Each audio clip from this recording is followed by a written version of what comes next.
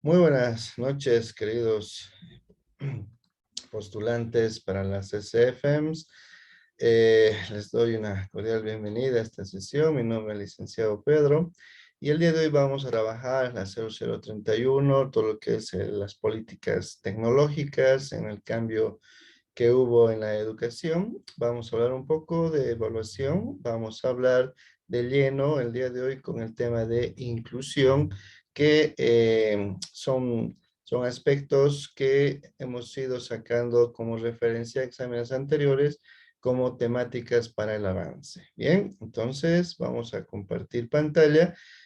Pueden participar en el chat del Zoom y obviamente en algunas partes vamos a salir para poder comentar y hacer preguntas. Vamos entonces, vamos a compartir pantalla. Y bien, vamos a comenzar con esta que es la 0031.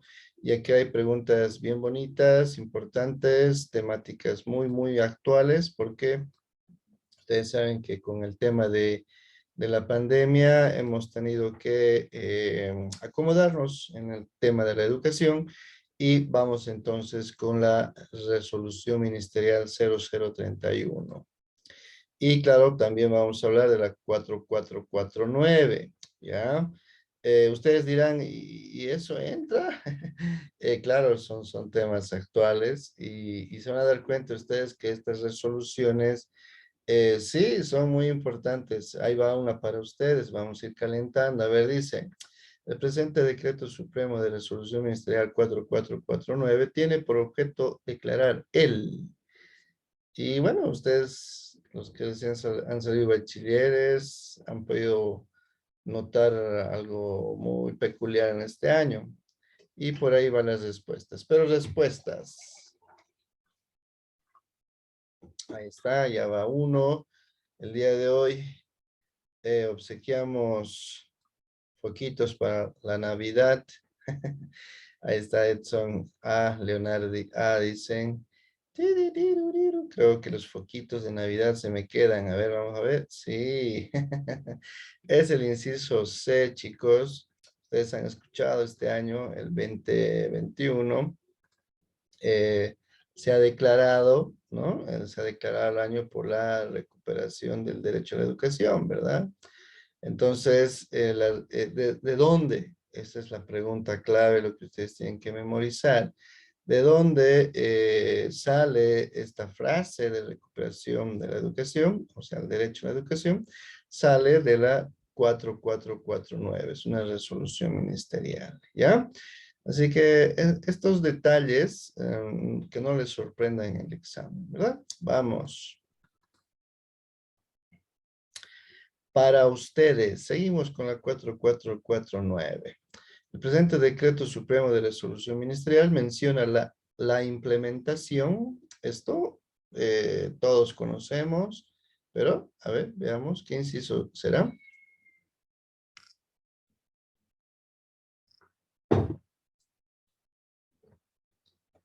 Vamos, vamos. Wow, ahora sí. Vamos a poner sobre la mesa una rica pizza de premio al que dice el correcto. Y sí, hubo alguien que dijo el inciso B, no, nadie. Al menos, creo que sí, Oscar, sí, ahí tienes el inciso B. En la 4449 precisamente menciona la aplicación de las tres famosas modalidades de atención, ¿verdad? ¿Cuáles son? La distancia, semipresencial y presencial, ¿ya? Al año va a seguir y en esta semana están haciendo los últimos detalles de lo que es el reglamento, la 001, de lo que se lleva a cabo en el magisterio. Y seguramente se va a mantener estas tres modalidades de atención de acuerdo a la región, ¿no? Muy bien, seguimos. Entonces, voy a volver un poquito atrás y la pregunta sería para ustedes, atentos por favor, la pregunta sería, En las escuelas superiores de formación de maestros, ¿se lleva a cabo estas tres modalidades también o no? En lo que es educación superior, ¿también se aplica estas tres modalidades de atención? ¿Sí o no? En educación especial, en educación alternativa, bueno, en educación regular creo que va a ser muy fácil la pregunta. Y bueno, simplemente respóndame sí o no, o es que en educación superior hay otras modalidades, o es que en las escuelas superiores de formación de maestros son otro tipo de modalidades o son las mismas. Y muy bien, Janet, Oscar, Edson, perfecto, me gusta, me gusta. Y sí, respondieron muy bien. Y saben que en un encuentro que hubo, todo, sí, todo lo que es el sistema de educación, aprobaron la aplicación de estas tres modalidades. Así que en educación regular, las SFMs, la educación superior, alternativa, especial, prácticamente todos tienen como aplicación estas tres modalidades. Ya, cuidado, cuidado que por ahí puede ser una pregunta de examen y después ustedes estén ahí, ups, ¿cómo es? ¿Cómo será? No, ya saben, ¿no? Muy bien, perfecto, vamos. Bien, en el tema de lo que es los niveles de coordinación, ya vamos a empezar a hablar un poquito el tema de lo que ha sido la elección de estas modalidades, ¿sí? Cómo se ha ido eligiendo. A ver, no sé, Cochabamba, Quillacollo, ¿qué modalidad van a llevar? ¿A distancia? ¿Semipresencial? O sea, ¿cómo es que se ha ido decidiendo esta situación? Pero la pregunta no va a ser esa, ¿no? La pregunta de examen sería, ¿cuáles son los niveles de coordinación para la elección de una modalidad de educación? ¿Sí? Esa sería la pregunta, ¿verdad? Entonces, vamos con la respuesta. Primeramente, el director departamental de educación, él nunca va a poder eximirse de aquello. Los subdirectores, tenemos subdirector de educación regular, alternativa, superior, especial. Muy bien. Después, ¿quién vendrá? Los directores distritales. Sí, ustedes saben muy bien que en el magisterio estamos divididos así, por distritos, ¿ya? Distrito Camiri, hay distrito Tarija 1, Tarija 2, Sacaba, y así, ¿no? Uf, en toda Bolivia, un montón de distritales. ¿Y después qué vendrá?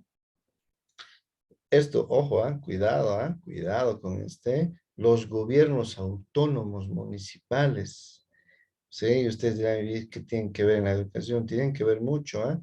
Y ojo, cuidado, en la resolución ministerial 0031, dentro de lo que son los niveles de coordinación, están todos estos actores educativos, más la comunidad educativa, pero uno de los sorpresivos, podría ser en alguna pregunta, es precisamente que el gobierno autónomo municipal tiene tuición directa con lo que es el campo de la educación. Evidentemente, todos estos actores van a determinar una modalidad de atención en función, claro, por supuesto, en función al informe epidemiológico por el Ministerio de Salud y de Educación. ¿Sí?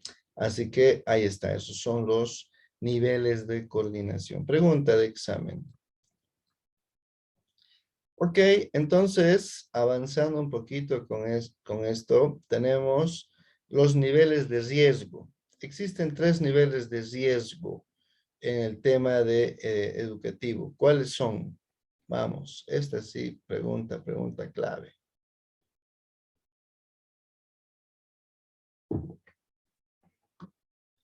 ¿Cuáles son los niveles? Bueno, como ustedes podrán ver ahí los dibujitos ayudan un poquito, ¿no? En la respuesta. Bueno, de hecho son tres, pero ¿cuáles son? ¿Qué se llaman estos tres niveles de riesgo de contagio? En el campo educativo se han manejado tres niveles de riesgo de contagio. ¿Cuáles son? Primeramente tenemos el nivel bajo, ¿ya? si en algún municipio, algún distrito no ha habido o no hay un nivel de riesgo peligroso de contagio, o sea, un nivel bajo, muy probable de que en ese distrito pasen pues la modalidad presencial, ¿verdad? Muy bien. Ahí está, nivel bajo. Vamos con el otro, nivel medio. Es muy probable, ¿sí? Que en el nivel medio se opte, ¿m? Quizás por la modalidad semipresencial, bueno, podría ser. Y en el último, el nivel alto de riesgo de contagio, evidentemente muy probable de que la modalidad sea a distancia, ¿verdad? Entonces ya saben, ahí está. Cuidado, ¿ah? La pregunta de examen podría ser, existen niveles de riesgo de contagio. ¿Cuáles son? ¿No? Entonces ya saben, bajo, medio y alto. Vamos, en la modalidad presencial, ¿sí?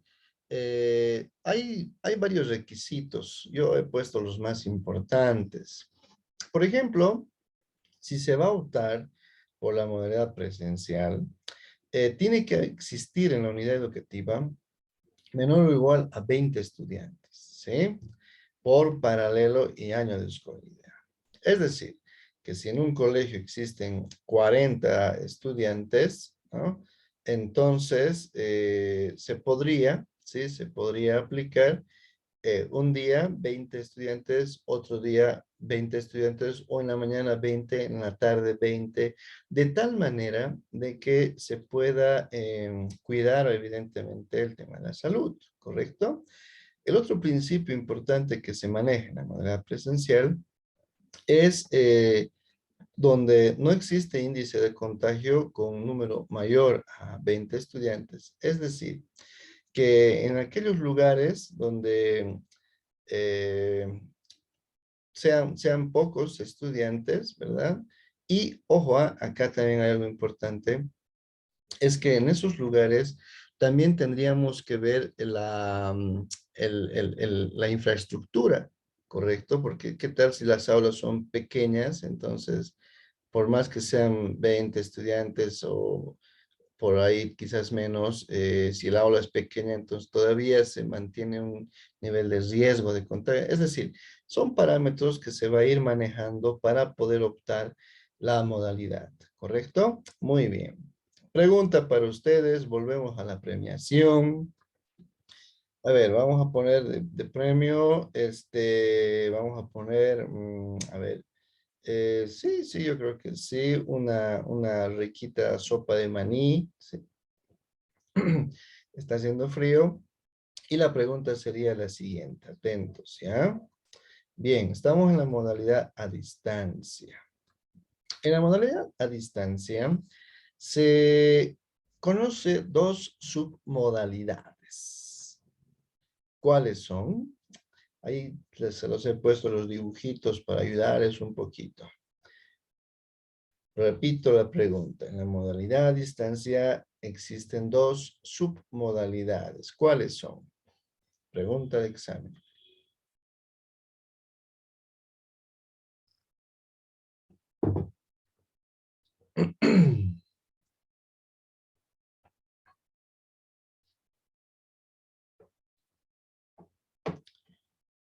A ver, vamos a poner entonces sopita de maní y de segundo le vamos a poner un guiso de papalizas. No está mal, ¿ah? No está mal. Vamos. A ver, les voy a ayudar un poquito. Ustedes seguramente lo han llevado a cabo. El maestro coordinaba algunas actividades con ustedes, ¿no? A ver, nada. A ver, más ayuditas. El maestro y ustedes hacían un calendario, tenían sesiones seguramente virtuales. ¿Qué modalidades son? Vamos a ir poniendo, ¿ya? Vamos. La primera es la submodalidad asincrónica, donde prácticamente tú tenías que estudiar en en tu propio ritmo, con tu propio material, en tu propio tiempo. todas las actividades que habían planificado, ¿verdad? Eso es el que se llama asincrónica. Y bueno, la otra ya es más fácil, ¿verdad? La otra es la submodalidad sincrónica, donde las pistas que les estaba dando hace rato, donde coordinan, ¿sí? Tienen un calendario, un cronograma, tienen un horario para las sesiones y todo aquello, ¿verdad? Ahí estamos, submodalidad, esas dos submodalidades en la modalidad a distancia. ¿Qué es una plataforma virtual? Ustedes y yo, bueno, todos creo que hemos manejado por aquí, por allá, diferentes recursos tecnológicos y uno de los más importantes es una plataforma virtual. Pero, ¿qué es una plataforma virtual?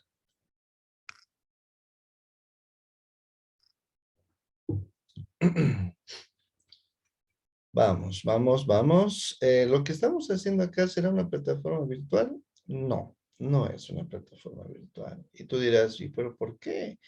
Porque la plataforma virtual es un poquito más, maneja más recursos, ¿sí? Es una plataforma donde vamos a ver básicamente cuatro elementos muy, muy importantes que tiene que tener una plataforma virtual y vamos a ir viendo. Ahí estamos, ¿sí? Primeramente tiene que impartir información. Entonces, Moodle da información, sí. Moodle Classroom, sí. Jamillo, sí.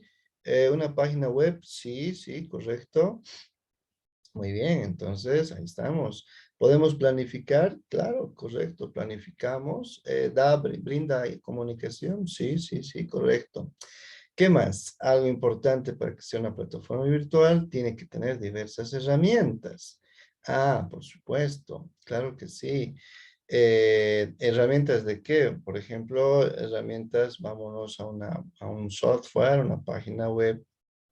Y bueno, ahí ustedes pueden descargar material, ustedes pueden subir material, ustedes pueden tener enlaces o vínculos con otro tipo de software. Por ejemplo, podemos hacer un hipervínculo con un canal de YouTube. Entonces, esta plataforma me tiene que permitir estas facilidades, ¿no?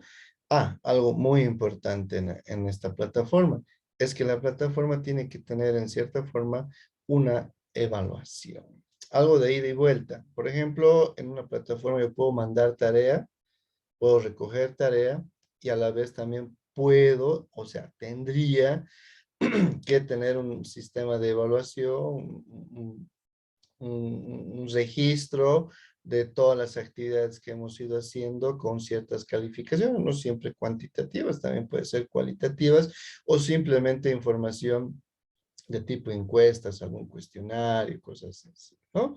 Entonces, si todo aquello tiene una plataforma, pues evidentemente llega a cumplir estos requisitos.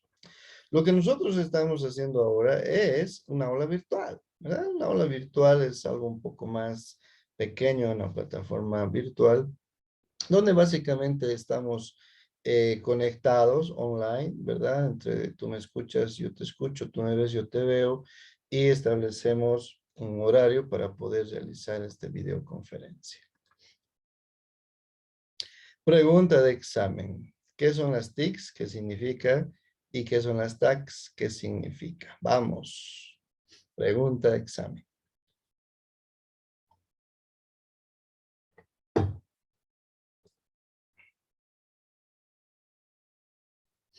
Vamos, vamos, vamos. Tic, tic, tic. Tac, tac, tac. TT, tecnologías en ambos. Tecnologías. Vamos, no se me duerman. Hoy día, ¿qué día es? Jueves. Jueves, jueves. Todavía se puede. Tecnologías de la información. Podría ser tecnologías. Las TAC. Ese está más complicadito, creo, ¿no? ¿Qué será la A? Tecnologías de. A ver, vamos con la primera. Tecnologías de información y comunicación, las TIC. ¿Ya? No se olviden, ¿ah? No se olviden. Les estoy agarrando en curva, creo, ¿no? Vamos con las TAC. En las TAC significa tecnologías de aprendizaje y conocimiento. Es decir, que las TICs sí es algo más general, más global, donde, bueno, hay un montón de información, sí, una página web, eh, no sé, de arqueología, sí, es simplemente una página de información o una plataforma virtual donde ofrezcan productos, eso es una TIC, ¿verdad? Pero las TAC se diferencian en que netamente están diseñadas para aprender algo específico, ¿no? Entonces ustedes han visto bastantes tags, apps que han ido manejando celulares para aprender inglés, para poder aprender geografía, etcétera. Y bueno, esos son tags, ¿ya? Muy bien, vamos. Conceptos importantes en el desarrollo de la tecnología, podemos hablar de lo que son una dirección URL. ¿Qué es una dirección URL? Hoy día, para entrar a esta sesión, les he mandado una dirección URL, o también se lo conoce como un pásame el link, algunos dicen, ¿no? Otros dicen pásame el vínculo, pásame el enlace, pero muy pocos dicen pásame la dirección URL, que sería lo más correcto, ¿verdad? Entonces, son siglas que están en inglés, pero obviamente en la traducción a español significa recursos uniformes de localización o localizador de recursos uniformes, ¿no? Ahí estamos. Entonces, esa es la dirección URL. Entonces, ustedes dirán, ya me confundí más. No, no te preocupes. Les decía que un link en español también significa vínculo, enlace. Es un puente, ¿no? Un puente que nos va a ayudar a través de ese símbolo que nos mandan a localizar lo que yo estoy buscando, ¿no? Puede ser, ¿qué estoy buscando? Puede ser una sesión como el día de hoy, un video, un documento, etcétera. Entonces, eso se llama direcciones URL. ¿Qué es un hosting? Acá tengo, no sé si estoy pronunciando bien, hosting, algunos lo dicen, y ahí está el dibujito, ¿sí? Es algo importante que se tendría que implementar un poquito más en las unidades educativas, que básicamente es un alojamiento, un sitio web donde existe un procesador gigante de bastante información para que nosotros podamos administrar diferentes materiales. Por ejemplo, yo tengo dos páginas web de educativos, ¿sí? Donde yo lo administro, pero gracias al hosting, ya nadie me puede piratear, nadie me puede plagiar.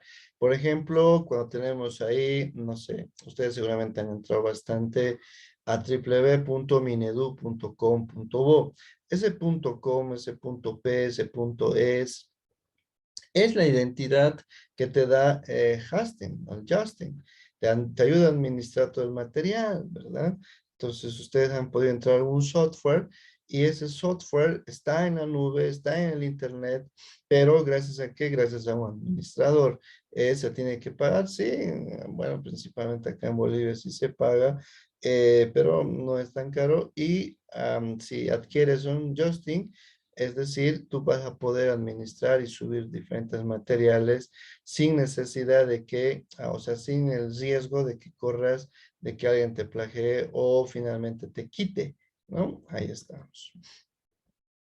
Moodle, sí, es la plataforma virtual oficial del Minedu este año, supongo que el año también lo será. ¿Qué significa módulo? Sí, la traducción es un poco fea y lo voy a leer porque la verdad es muy, o sea, alguien que sin vida social ha puesto el nombre. Significa, de inglés a traducido al español, entorno modular de aprendizaje dinámico orientado a objetos. Sí, es un nombre muy, muy, muy técnico, pero bueno, ahí está, ese es el nombre. es lo que significa módulo. Cuidado que también puede salir una pregunta así de este estilo. Ya les he explicado lo que es una plataforma virtual. Si ustedes leen ahí en el globito, es exactamente lo mismo que en el concepto de plataforma virtual que ya les he dado. Dándole una pequeña miradita a módulo, algunos conceptos, posibles preguntas, porque siempre trabajamos en base a eso. La pregunta del examen podría ser, ¿no? Podría ser, ¿quiénes son los usuarios, sí? O en cuánto tipo, o cuáles son las clases de usuarios que permite el acceso de módulo, ¿no? Y la respuesta sería, existe un primer usuario, un administrador, quien es el que crea, por ejemplo, los cursos, es quien organiza a los estudiantes, ¿verdad? Uno. Dos, tenemos ahí al maestro, el usuario de maestro, quien va a poder administrar el curso que se le ha asignado, va a poder asignar las diferentes actividades. Y el estudiante que prácticamente va ejecutando todas las actividades que se van realizando, ¿no? Muy bien. También existen archivos privados en plataforma Moodle donde tú puedes subir material, puedes subir archivos. Bueno, les estoy hablando básicamente de la plataforma de maestro, ¿no? El estudiante no tiene un archivo privado.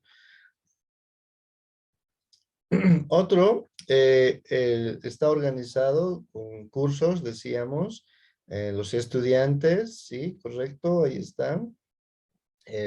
Plataforma Moodle ayuda al maestro a poder tener un registro cabal de todos sus estudiantes. También tiene un centralizador de calificaciones donde va a poder hacer diferentes actividades y estas actividades van a estar desembocados en un centralizador donde van a estar todas las calificaciones. Y evidentemente estas actividades están diseñadas en función a actividades y recursos. Tenemos un montón de actividades, entre las más importantes podríamos mencionar el tema de tarea, el tema de cuestionario, el examen, o el tema de Big Blue, que es una sesión virtual, un aula virtual que se maneja en módulo. En tarea, ¿sí? Se puede enviar archivos, documentos, videos, audios, imágenes, etcétera. Big Blue es una sesión virtual, es un aula virtual, donde tú puedes interactuar tal como estamos haciendo acá en Zoom. Es muy similar, tiempo ilimitado también. Cuestionario donde el maestro va a poder diseñar diferentes exámenes, ¿no? Tecnológicos para poder evaluar a sus estudiantes. Y finalmente tendríamos en la plataforma Moodle el maestro, todo este material, todo el trabajo que ha ido haciendo, va a poder eh, exportar, ¿sí? Mediante documentos Excel, podría ser, PDF también, o HTML, diferentes formatos de documentación. Es decir, que es un programa muy completo que tienen nuestros maestros en el trabajo pedagógico, ¿sí? Muy bien, ahí estamos. Vamos a hacer uno más y luego ya vamos a poder entrar a comentarios y preguntas. Vamos a ver ahora el tema de, vamos a cerrar esto. Muy bien. Vamos a entrar ahora al tema de reglamento de evaluación.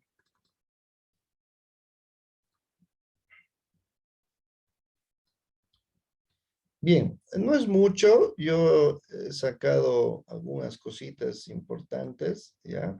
Ustedes lo conocen también, no son cosas muy fuera de lo que vamos trabajando, pero veamos, el año pasado entraron una o dos preguntitas del tema de evaluación y siempre hay que estar preparados, ¿no? A ver, tenemos las características de evaluación, lo voy a poner todas. Ahí estamos, ¿sí? Entre las más importantes, entre los conceptos que tenemos que saberlo manejar, estaría una evaluación integral, ¿sí? ¿Qué significa una evaluación integral? Significa que el maestro tiene que evaluar al estudiante en todo lo que respecta su manera de pensar, su manera de actuar, su manera de sentir, su manera de saber desenvolverse en las 4 dimensiones, saber, hacer, decidir y la dimensión de ser, saber, hacer y decidir, ¿no? Las 4 dimensiones, básicamente. En lo que es la evaluación holística, significa que el estudiante tiene que saber desenvolverse tanto con su compañero, en el aula, en el colegio, en el distrito, en el municipio y así sucesivamente en todo lo que es el medio en el cual él está viviendo. Es decir, que en la evaluación holística se va a evaluar la forma de sociabilidad, la convivencia, trabajo en equipo, exposiciones, ¿verdad? Entonces, eso significa una evaluación holística. Científica, permanente, cualitativa y cuantitativa son otras características que se manejan en la evaluación. Hay objetivos de la evaluación, ¿sí? No es que el objetivo final es aplazar, para nada. Hay objetivos muy importantes, yo simplemente estoy poniendo las más importantes, como por ejemplo, se evalúa para poder hacer una transformación social. Ustedes saben que vivimos en un mundo competitivo, por lo tanto, necesitamos sacar bachilleres que estén, ¿verdad? Que estén al nivel que exige nuestra sociedad. Una contribución al desarrollo integral y holístico, y ya hemos hablado de aquello. Orientar a la evaluación a estudiantes con necesidades educativas especiales. Hoy día vamos a hablar bastante de este punto, que es muy, muy importante, y sobre todo ahora en pleno 2022, que ya estamos entrando, se va a empezar a hablar mucho más de lo que es la educación especial en función a los diferentes trastornos en el aprendizaje. En el trabajo que hacen los maestros existen comisiones, ¿sí? Entre las más importantes está la comisión técnico-pedagógica y la pregunta de examen podría ser, ¿quiénes componen en el nivel inicial la comisión técnico-pedagógica? La respuesta no es tan complicada, tampoco hay mucho personal. Sería el director y el maestro o maestra de año de escolaridad. Ellos sí o sí componen la comisión técnico-pedagógica. ¿Quién compone la comisión técnico-pedagógica en el nivel primario? La respuesta es la misma, el director o directora de unidad educativa con el maestro de año de escolaridad. En secundaria, acá es diferente. En secundaria, ¿quiénes son los que componen la comisión técnico-pedagógica? A ver, ¿quiénes serían? Básicamente, en el nivel secundario tenemos a un representante de cada campo de saberes y conocimientos, ¿sí? Ahí estamos. Ellos son los que componen la comisión técnico-pedagógica. Esta comisión técnico-pedagógica, lo voy a poner todo, hace un trabajo de tal manera de que ayuda, ¿sí? En los consejos, reuniones que tienen los maestros, a establecer ideas, a establecer líneas de trabajo en función a aquellos estudiantes que estén mal, a aquellos estudiantes que necesitan más apoyo y aquellos estudiantes con talentos extraordinarios, ¿verdad? Básicamente esa es la población que se tiene y en el sentido de apoyo y seguimiento hay en las unidades educativas estudiantes que están en dificultades en el aprendizaje, estudiantes que necesitan aplicación de adaptaciones curriculares y estudiantes que necesitan apoyo y seguimiento. La pregunta de examen podría ser, ¿qué es una adaptación curricular, por ejemplo? ¿No? Porque acá claramente está ese tema, es un tema grande que se maneja mucho en las unidades educativas. O cómo nosotros establecemos el parámetro en dificultades de aprendizaje. Ah, es flojo, pero eso no indica mucho, ¿no? Hay otros parámetros que va a determinar el tema de dificultades de aprendizaje, que vamos a hablar más rato en el tema de inclusión. Bien, ahí estamos. Vamos a ir ampliando estos conceptos a medida que vamos avanzando, ¿ya? Muy bien. Tengo acá estudiantes con desventaja social. Lo he retrocedido porque lo voy a poner como pregunta para ustedes. ¿Qué se entiende por estudiantes con desventaja social?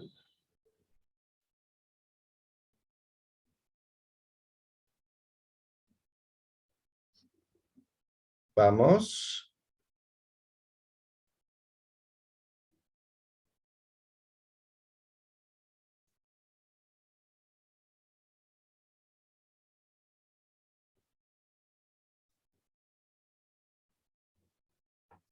Vamos avanzando. Ahí estamos, ¿sí? Hay estudiantes con desventaja social donde básicamente son personas que quizás han pasado algún tipo de violencia, privados de libertad, situación de trabajo, bueno, básicamente esos son los parámetros en desventaja social. Es decir, que hay estudiantes que por X o Z razón que ya les han nombrado, abandonan el colegio o finalmente no se inscriben al colegio. Pero después, no sé, ponte a los 12 años, por decir, vuelve al colegio, ya decide estudiar. Esta situación sería en jóvenes que tienen menor a 15 años. Ustedes saben muy bien que si una persona quiere integrarse al colegio pasado los 15 años, ¿a dónde va? Va a educación alternativa, ¿verdad? Ya, ok. Entra al colegio. La pregunta de examen es, ¿a qué curso va? ¿Sí? ¿A qué curso tendría que entrar? Pongo el ejemplo. Nunca he ido al colegio, pero a los 12 años va al colegio, decide estudiar. ¿Va a pre-kinder? ¿Va a primero de primaria? La respuesta es simple, jóvenes. Entonces, pregunta de examen. Un estudiante que va a ser incorporado al sistema de educación va a entrar en función a la edad etaria, ¿sí? Si tiene 12 años, ¿a qué curso le corresponde? Más o menos sexto de primaria o primero de secundaria, ¿no? Más o menos, ¿verdad? Ok, entonces ese chico que en función a la edad va a ser incorporado al año que le corresponde, ¿ya? Y ustedes dirán, pero pues, no saben ni leer, no saben, no, o sea, eso vamos a tener que llevar adelante. Pero ¿qué es más importante? Es pues precisamente el tema equitativo, ¿no? El tema equitativo, el tema social, el tema de convivencia, ¿verdad? Entonces, feo se vería un estudiante grande en las filas con puros chiquititos ahí, ¿no? O sea, nada que ver, ¿verdad? Entonces, vuelvo a repetir, en función etaria. ¿Qué es un acta supletoria? Podría ser examen, siempre es importante saber. Es algo similar a una libreta, ¿ya? Es decir, que este chico no ha hecho prekinder, no ha hecho primaria, pero sí ha hecho, pongámosle, sexto de primaria. Entonces, en el acta supletoria va a decir que este estudiante ha aprobado primero de primaria, segundo de primaria, tercero, cuarto, quinto y sexto de primaria. Y ya después, obviamente, se aprueba, ¿no? El año va a pasar a primero de secundaria. ¿Verdad? Entonces, el acta supletoria es un documento muy similar a lo que es la libreta. Muy bien, vamos.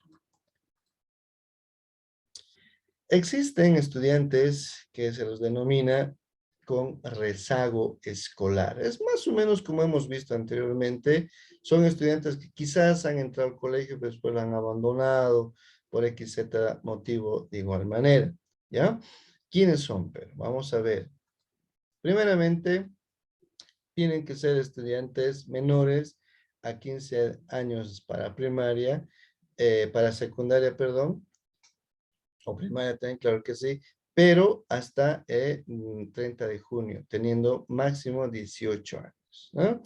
Ahí estamos. Entonces, para el rezago escolar, estudiantes que han abandonado pueden volver siempre y cuando cumplan con estas condiciones. Otra condición muy importante es lo que también les he dicho hace rato, ¿no? Ustedes ahí pueden leerlo un poquito más en función a la edad etaria van a entrar al curso que les corresponde, ¿verdad? Muy bien. Esta es pregunta muy importante. ¿Quiénes no son considerados en rezago escolar? Hay estudiantes que no van a ser considerados en rezago escolar bajo este parámetro. Primero, solo una vez se puede admitir el tema de rezago escolar. Si digamos hay alguien que abandona, vuelve, ya, listo, pero después vuelve a abandonar, después quiere volver, ya no puede, ¿no? Solamente una única vez. Primero. Después, en primaria o en secundaria, si se aplazan, no van a poder beneficiarse con el tema de rezago escolar. Bien, perfecto. En el tema de asistencias, ¿qué pasa cuando un estudiante se ausenta durante 20 días discontinuos sin justificación? Ustedes habrán tenido compañeros que se pierden, ¿no? Sin justificar. Y bueno, pues ahí está, ¿no? Que va y que vuelve, porque eso es discontinuo, ¿verdad? Pero más o menos ahí en ese parámetro está, ¿sí? Está en el aula. Y bueno, al final el maestro tiene la responsabilidad de presentarle una prueba objetiva, lo cual va a ser promediado con todas las notas anteriores que tuvo para poder sacar la nota del trimestre, ¿sí? En estudiantes con justificación, ¿sí? Que han pedido licencia durante 20 días, ¿sí? ¿Qué pasa? Acontece de que el maestro tiene que nivelarle, ¿sí? Tiene que darle todas las actividades que se han ido dando para que ese estudiante pueda completar las actividades del trimestre, ¿verdad? Muy bien. Hay un estado de tolerancia donde básicamente no queremos poner retirado al estudiante, entonces hay un tiempo, hay tiempos, ¿no? Como ustedes pueden observar ahí, el tiempo de estado de tolerancia es un tope de 40 días. Si ese estudiante en días hábiles estamos hablando, si en ese tiempo el estudiante no ha vuelto, ¿ya? Entonces se le va a poner estado de retirado. Eso significa que pasado 3 meses, ya básicamente se le va a colocar estado de retirado y ya no va a poder tener ningún tipo de beneficio y obviamente va a perder el año, ¿no? Muy bien. En los rangos de calificación, ya tanto en primaria como en secundaria, básicamente son los mismos. Tenemos en desarrollo de 20 a 50, va a ser reprobado, retenido. Hay el parámetro de desarrollo aceptable de 51 a 67, que bueno, está aprobado. Desarrollo óptimo de 68 a 84 y desarrollo pleno de 85 a 100. ¿Sí? En algún examen, alguna pregunta, entró esto de los rangos de calificación y hay que saber los rangos, ¿no? Ahí estamos. En secundaria, la calificación mínima es 20, como hemos visto anteriormente. En el tema de las dimensiones, como ustedes pueden ver en el gráfico, tenemos en la dimensión del ser 10 puntos, saber 35, hacer 35, decidir 10, ahí tendríamos 30, 60, 70, 80, 90, y en la autoevaluación tendríamos 5, 5 en ser y al decidir, total 100, ¿no? Muy bien.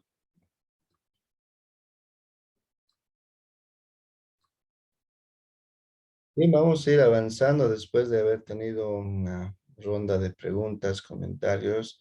Vamos a seguir avanzando con el tema de educación especial, el tema de lo que es inclusión, el tema de lo que es trastornos del aprendizaje y bueno, vamos entonces a compartir pantalla. Muy bien, ahí estamos. Sí, vamos a ponerlo en grande. Perfecto. Atentos, sí, acá hay varias preguntas muy importantes.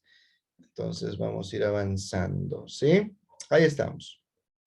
En la ley 070 habla de 3 categorías de estudiantes, ¿sí? Básicamente en educación especial se reconocen 3 clases de estudiantes. ¿Cuáles son?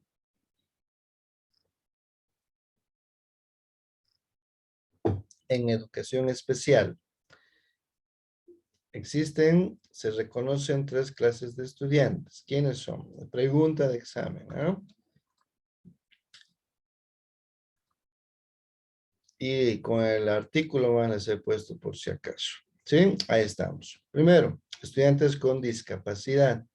Segundo, personas con dificultades en aprendizaje.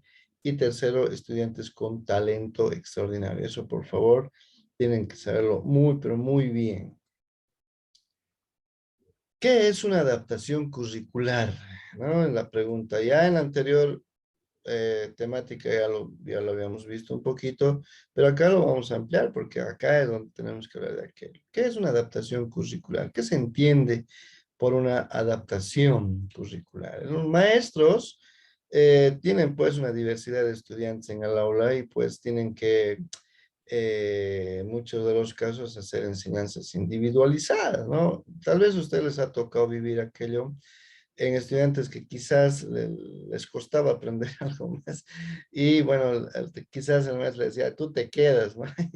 Y le tenía que dar tarea extra, no sé, actividades extras. O al revés, habían estudiantes tan capísimos que, bueno, pues tenían otro tipo de exámenes, otro tipo de tareas. ¿Qué es eso?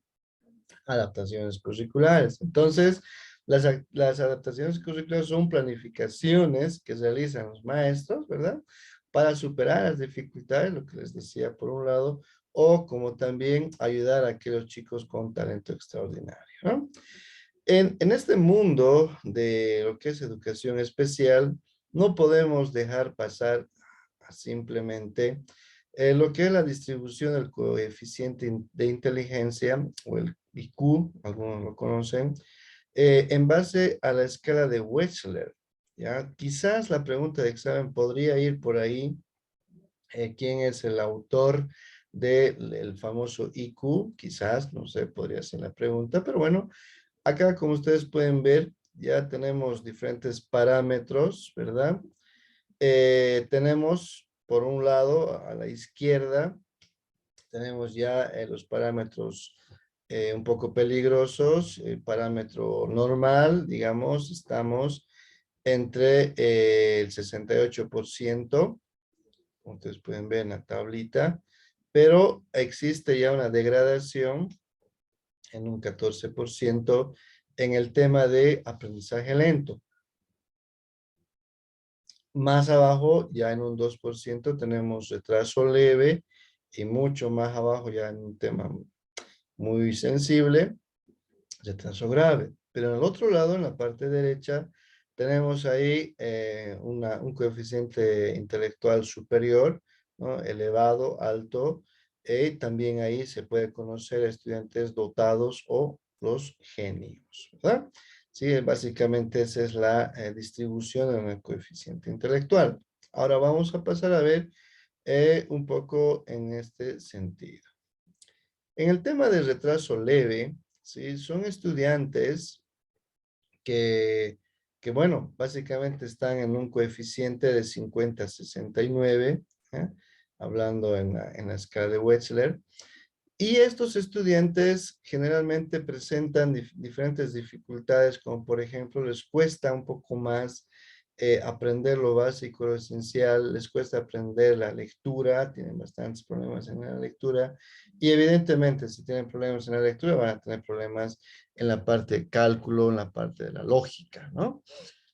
En el moderado, sí, como ustedes pueden apreciar, ya es un poco más serio, sí, están en la escala de 35 al 49, estamos bajando cada vez más, donde ya esos chicos no solamente pueden tener problemas intelectuales, ¿no? Sino también ya muestran un poquito de dificultades, sobre todo en la parte psicomotriz, en la parte grafomotriz. Son estudiantes donde básicamente les cuesta mucho más entender frases o comunicaciones muy sencillas, ¿sí?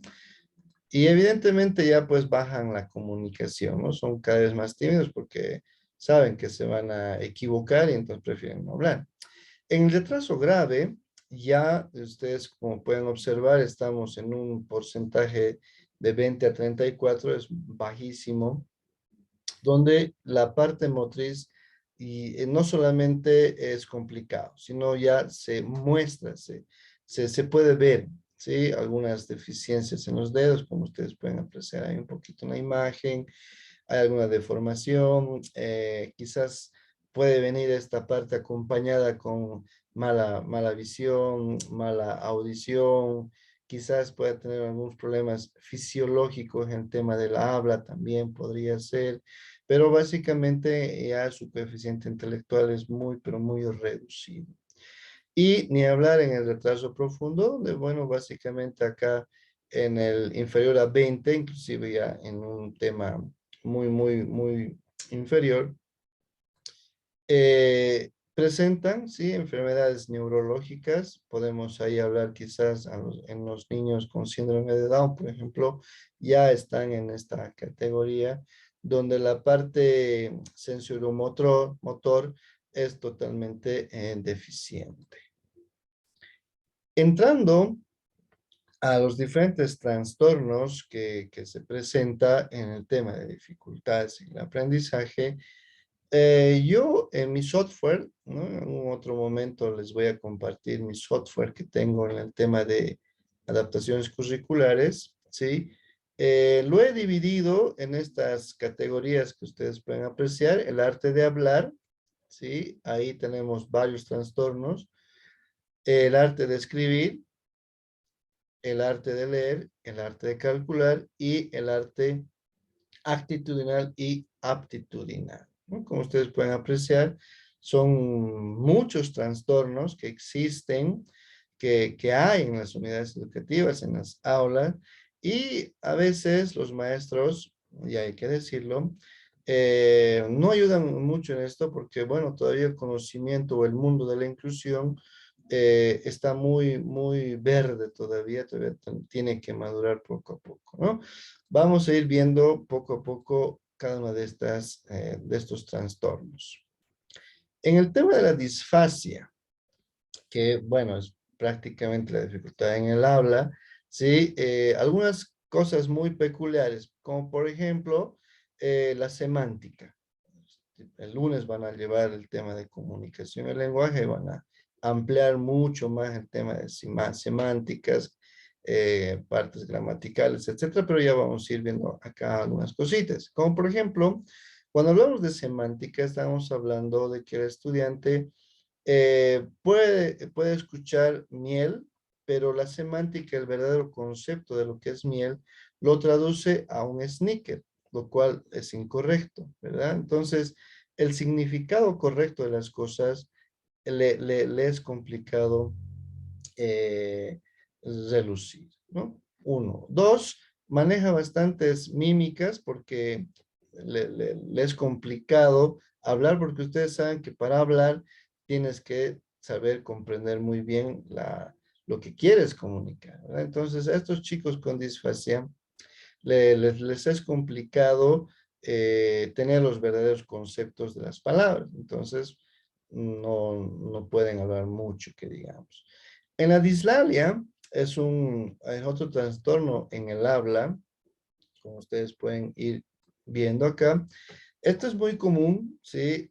Por ejemplo, ellos dicen en la parte del sigmatismo, ellos dicen, en vez de decir romper, dicen gomper, o en vez de decir leche, dicen deche, ¿no? En la parte de nasalización, ellos, en vez de decir adivina, los caritos se escuchan, ¿no? Adivina, más el tema de la nariz, ¿no? Ellos dicen aninina, ¿no? O en vez de decir casa, ¿no? Ellos dicen gasa, ¿no?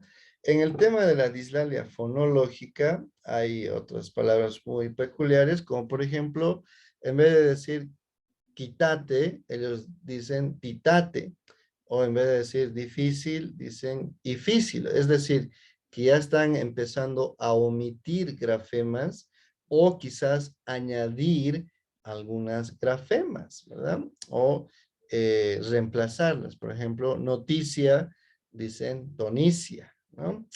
En el tema de sustitución, lo que acabo de decirles, la D lo cambian en vez de la L. deche o leche tendría que ser. Omiten, un cuarto, ¿no? Falta la R, cuarto, ¿verdad? O insertan, ¿verdad? Inserción, palato, ¿no? Y lo correcto es plato, ¿no? Entonces ustedes dirán, eso sí había, ¿no? Eso sí hay. ¿Y qué se llama ese trastorno? Se llama dislalia, ¿ya?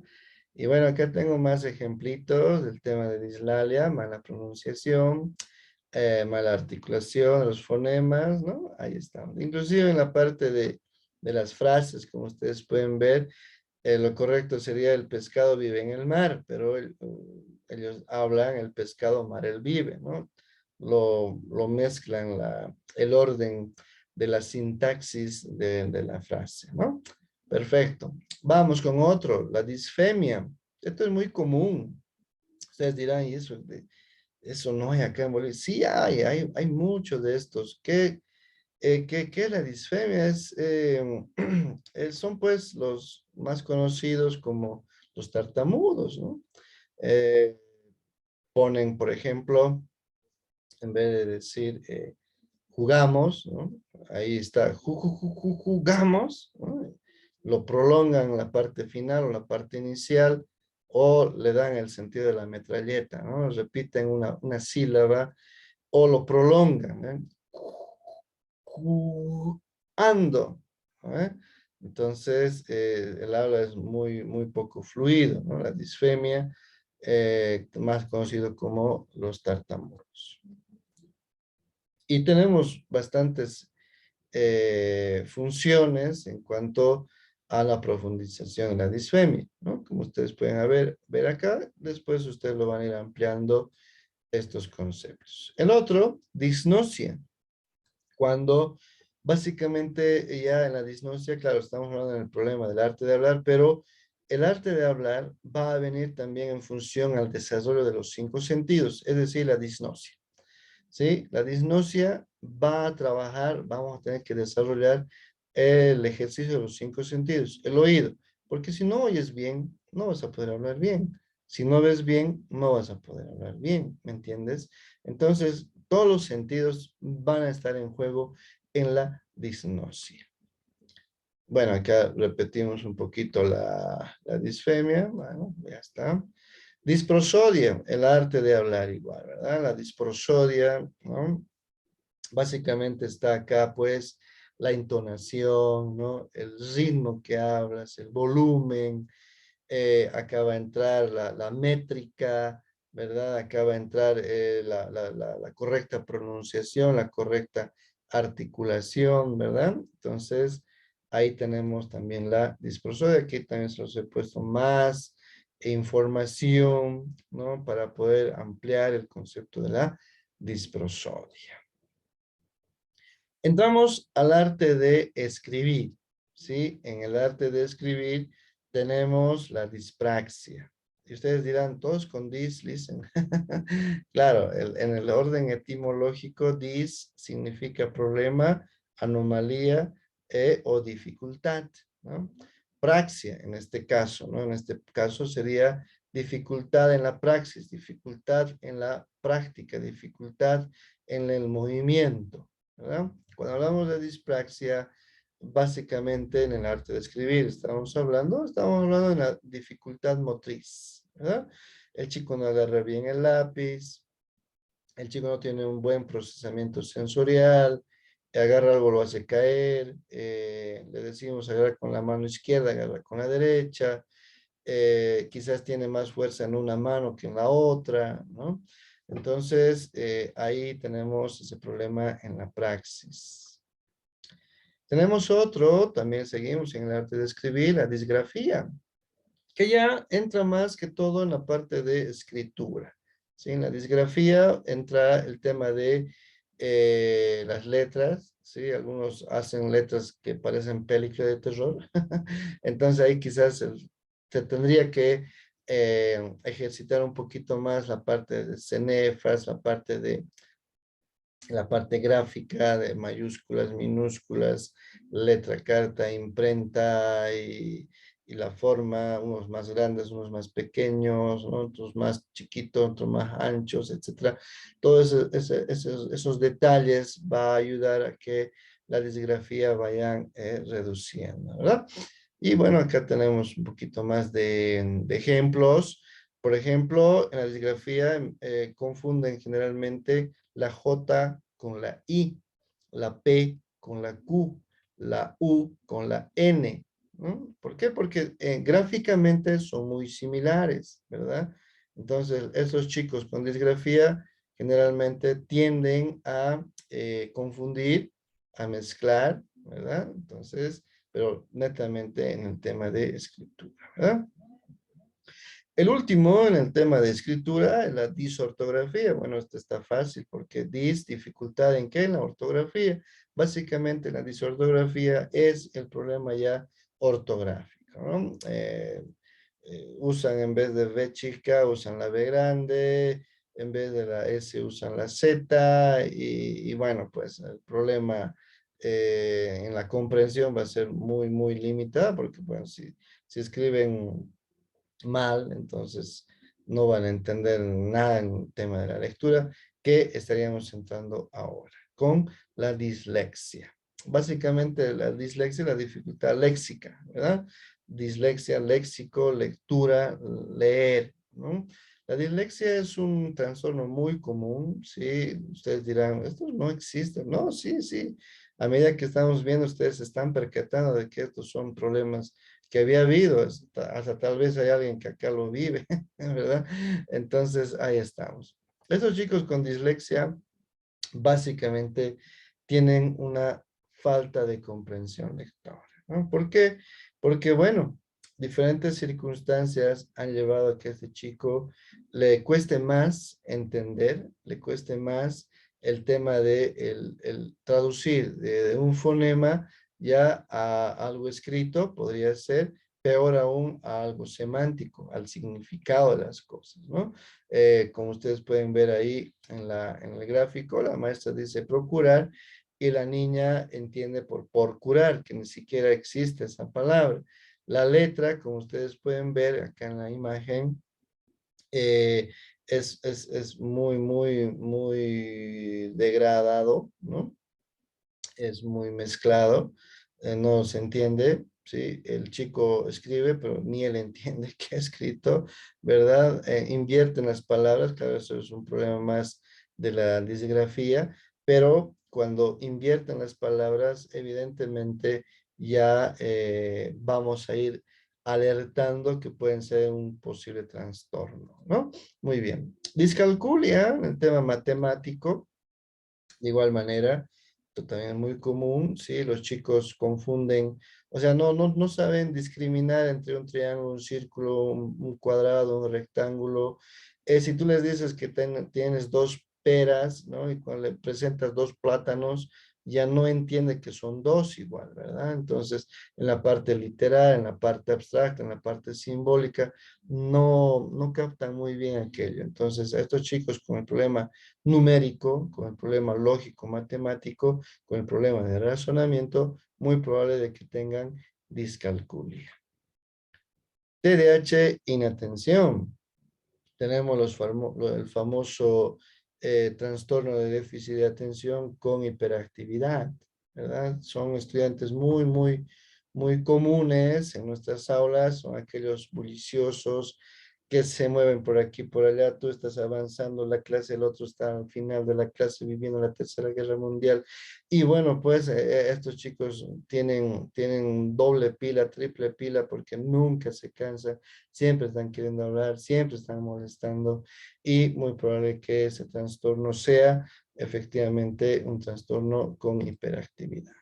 Autismo es un trastorno ya entrando a lo que es el tema de talentos extraordinarios. Estos chicos miran pero no miran, estos chicos tienen su propio mundo, estos chicos son muy sensibles al ruido, estos chicos se concentran en un objeto cualquiera y bueno, una vida social no lo tienen, es muy complicado aquello, pero son terriblemente inteligentes. Los chicos superdotados, estamos ya hablando de aquellos chicos que tienen un coeficiente intelectual arriba de los 100, son genios, son superdotados, tienen un lenguaje muy rebuscado, tienen un tema. ¿Dónde estamos? Vamos a poner esto. Ahí está. Son chicos que básicamente pueden ir pasando de curso de acuerdo a diferentes evaluaciones y se les tiene que trabajar también el tema de adaptaciones curriculares porque ellos necesitan trabajar más, conocer más y se les tiene que ayudar. Hemos visto entonces, acabamos de ver estos grupos, ¿no? El tema de discapacidad, el tema de dificultades en el aprendizaje y el tema de talento extraordinario.